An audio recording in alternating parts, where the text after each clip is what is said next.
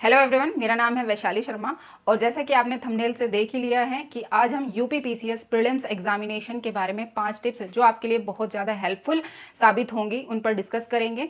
देखिए, हमारा जो प्रीलिम्स एग्जामिनेशन है वो 17 मार्च को होना डिसाइड है।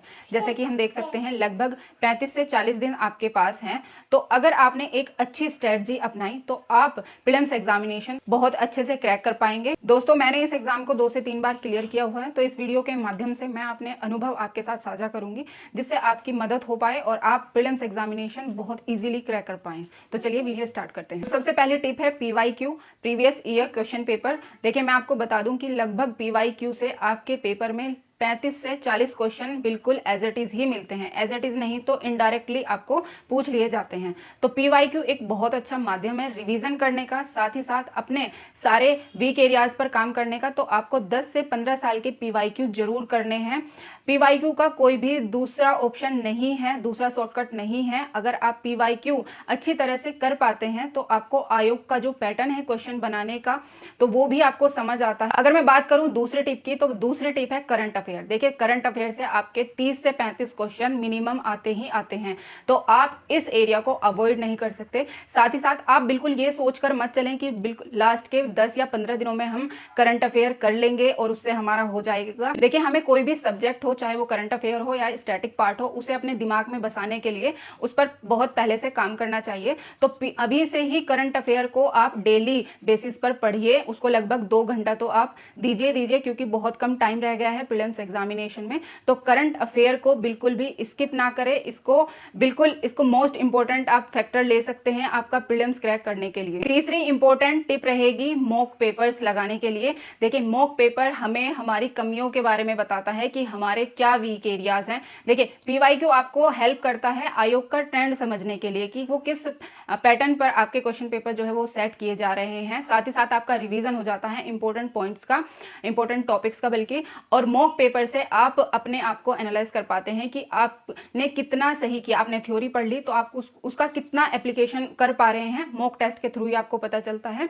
तो आप मॉक टेस्ट के लिए 2 आप कोचिंग कोई भी आप ले लीजिए, ऑनलाइन ऑफलाइन किसी से भी आप लगा सकते हैं, लेकिन 2 मिनिमम आपको कोचिंग का मॉक टेस्ट लगाना है। और लगाना केवल इतना ही नहीं है कि आपने लगाया और उसको एनालिसिस नहीं किया। बिल्कुल देखिए आपने कौन से क्वेश्चन सही किए, कौन से क्वेश्चन गलत किए, कितना टाइम लग रहा है आपको, क्या आपके वीक एरियाज हो रहे हैं। तो आप लगभग 3 से 4 दिन के अंतराल पर अपना मॉक टेस्ट दे सकते हैं और अपनी एनालिसिस, अपनी प्रिपरेशन की एनालिसिस कर सकते हैं। चौथी टिप रहेगी रिवीजन करने की। देखिए, आपने पीवाईक्यू पढ़ लिया, आपने करंट अफेयर पढ़ लिया, आपने मॉक टेस्ट लगा लिए, और चौथी टिप रहेगी आपकी रिवीजन करने की। आपको जो भी चाहे पीवाईक्यू में या मॉक टेस्ट में आपको वीक एरियाज लगते हैं तो उनका बार बार रिवीजन कीजिए, लिखकर उनको याद कीजिए, अपनी दीवार पर उनको चिपका लीजिए, लेकिन वो आपको याद होने चाहिए। रिवीजन ही आपको, जो आप एग्जाम में जाते हैं और नर्वस हो जाते हैं, आपका आता हुआ क्वेश्चन भी गलत हो जाता है, उससे बचाएगा रिवीजन। क्योंकि अगर आपको आता हुआ क्वेश्चन ही गलत हो जा रहा है यानी कि कहीं रिवीजन की कमी रह गई है। तो आप रिवीजन को भी बहुत इंपॉर्टेंस दीजिए। इंपॉर्टेंस कैसे देनी है आपको, आपने कोई भी टॉपिक पढ़ा उसको साथ साथ रिवाइज करते चलिए। और रिवीजन कैसे करना है, ये नहीं कि आपने बुक खोली आप फटाफट उसे पढ़ते जा रहे हैं। बुक बंद कर दीजिए एक बार पढ़ने के बाद में, चाहे वो क्वेश्चन नहीं क्यों ना हो, ठीक है। उनको आपने बंद कर दिया, बुक बंद कर दी, और फिर आप सोचिए कि हमने कौन कौन से क्वेश्चन पढ़े हैं, क्या उनका आंसर था, उनको लिंक करने की कोशिश कीजिए। अगर आप इस मैथड से अपना रिविजन करेंगे तो वो बहुत देर तक और बहुत टाइम तक आपके दिमाग में रहेगा, आपके क्वेश्चन गलत नहीं होंगे। और आपकी 5वीं इंपॉर्टेंट टिप रहेगी work on your weak areas. देखिए, हमने रिवीजन के थ्रू, मॉक टेस्ट के थ्रू, पीवाईक्यू के थ्रू अपने वीक एरियाज को फाइंड करने की कोशिश किया। जो क्वेश्चन आपको आता है, जो टॉपिक आता है, उसके बारे में तो बात ही नहीं करनी, उसका भी रिवीजन होना चाहिए। लेकिन अगर आप उसको मतलब थोड़े ज्यादा टाइम पर रिवाइज कर रहे हैं तो कोई बात नहीं, लेकिन अगर आपने अपने वीक एरियाज पर काम नहीं किया तो फिर आप फंस सकते हैं। तो सबसे इंपॉर्टेंट हो जाता है कि आपके जो भी वीक एरियाज हैं उन पर काम करिए। और वो आपको काम कैसे करना है, आप उनके नोट्स बना सकते हैं, शॉर्ट नोट्स बनाइएगा ताकि आपको बाद में रिवाइज करते हुए ज्यादा टाइम ना लगे।